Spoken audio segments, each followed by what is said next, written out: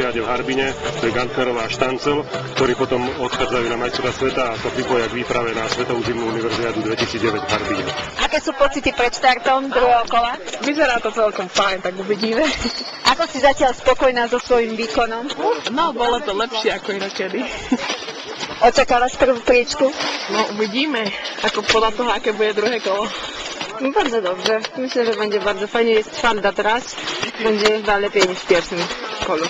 No tak trošku stres, ako stále pred štartom, ale inak je to taká domácká atmosféra, takže nie je problém. Ako si zatiaľ spokojná so svojím výkonom? Tak veľmi nie som spokojná, ale tak napravíme to snad druhé kolo. Hlavne potrebujem dojsť, lebo dnes máme majstrovstvá univerzitné. Takže... Go! Medzi ženami pútobalo víťazstvo výsadnej Českej republiky. V sobotnom prvom a druhom kole sa najlepšie darilo Martine Dubovskej.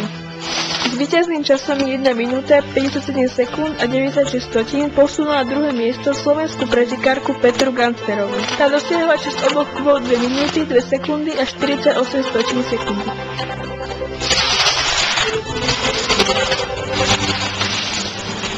Polka Karolina Mrožek zajazdila čas 2 minúty, 3 sekundy a 22 stotín sekundy a tešila sa z 3. miesta.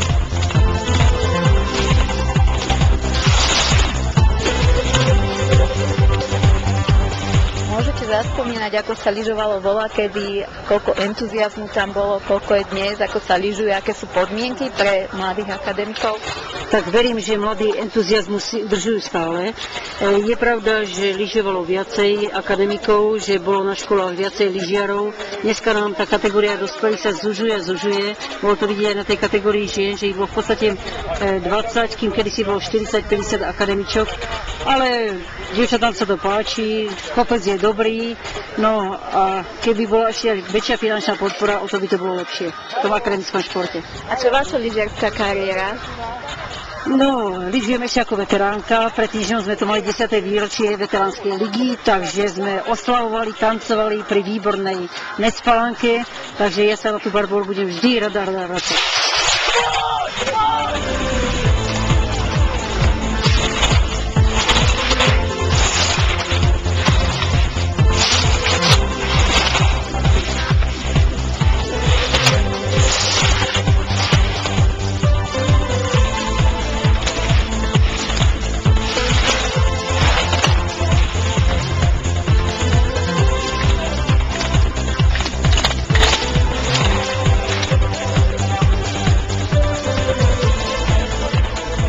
Každú bránku v čo najkratšom čase alfou a omenou pretekárov.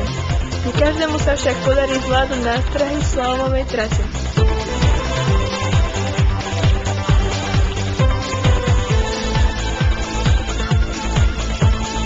Ako ste spokojní s úrovňou pretekov? Tak, jestem spokojny. Przede wszystkim dlatego, że wszyscy zdrowi, nikt nie odniósł żadnej kontuzji, a w tych ciężkich podmienkach udało nam się doprowadzić zawody do końca. Čo hovoríte na výkony pretekárov? Najlepsi wygrali. Krótko można powiedzieć. Byli znakomici zawodnicy, którym się nie udało do końca, tak jakby chcieli, ale w sumie, no, tak jak na zawodach sportowych, wygrywa ten, który dojeżdża do mety i ma najkrótszy czas. Budete za to, aby sa pretek organizoval rok opäť na Vyšnej Boci? Oczywiście, jak najbardziej. To jest już tradycja. Aký je váš profesionálny pohľad na organizáciu, technické zabezpečenie pretekov? No keďže to mám pod palcom prakticky, tak sa to snažíme každý rok vylepšovať a myslím si, že sa nám to darí, to čo potvrdil vlastne aj technický delegát a dnešný pretek, tým, že sa nikomu nič nestalo a vyhrali tí najlepší, si myslím, že za tých, dá sa povedať, podmienok, ktoré nám veľmi neprijali, bol na výbornej úrovni. Počasie naozaj nie je ideálne. Ako ste si s tým poradili? No, sami ste mohli sledovať aj tí pretekári, že vynaložili sme maximálne úsilie, hlavne technika, aby ten pretek bol regulérny, aby každý ten pretekár proste bezpečne došiel do cieľa v rámci svojich možností. Pohľad na lyžiarsky šport. Tak lyžiarsky šport má to veľmi ťažké, preto jeden z najnáročnejších a hlavne finančne najnáročnejších športov ako takých.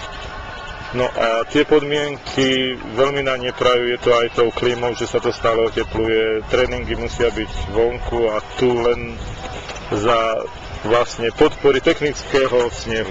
To znamená, že množstvo finančných prostriedkov a energie na výrobu snehu. A potom stačí pár dní teplé počasie a prakticky tá námaha a finančné prostriedky sú preč. Zabezpečiť takýto pretek nie je úplne jednoduchá vec. Čo všetko to obnáša?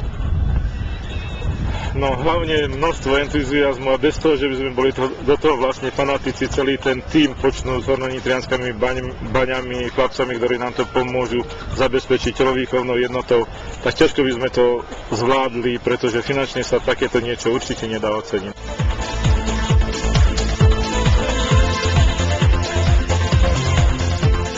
Po upršanej noci visel otáznik nad dokončením preteku. Technický sneh však dážď preparoval a pretekárom vytvoril ešte kvalitnejší lyžiarsky podklad.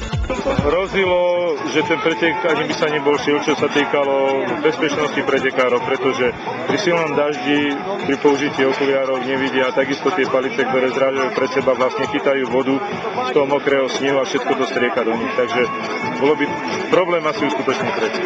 Ale vďaka tomu, že nám o 7:30 prestalo pršať, tak pretek prebieha perfektne a podmienky sú výborné. Tým, že v decembri myslím bola schválená B varianta EI, to znamená, že je možné zjazdovku predĺžiť až na horizont. Otvárajú sa vlastne možnosti homologovať aj trať obrovského prolomu. A tým pádom by sme tu mohli organizovať Európsky pohár FIS. Toto je len Uni, to znamená vysokoškoláci, ale to je, dá sa povedať, o triedu vyšší pretek Európsky pohár. Tak ako sa išlo prvé kolo, druhý deň?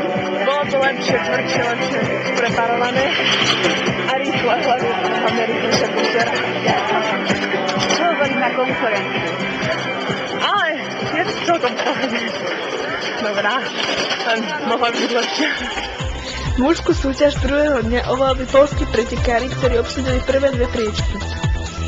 Slalome s najlepším časom v prvom a druhom kolu 1 minúta 30 sekúnd a 67 stotín nenašiel premožiteľa poľský pretekár Jakub Ilevič a suverénne obhajil prvenstvo z predchádzajúceho dňa. Rovnako aj striebro skončilo na krku poľského pretekára.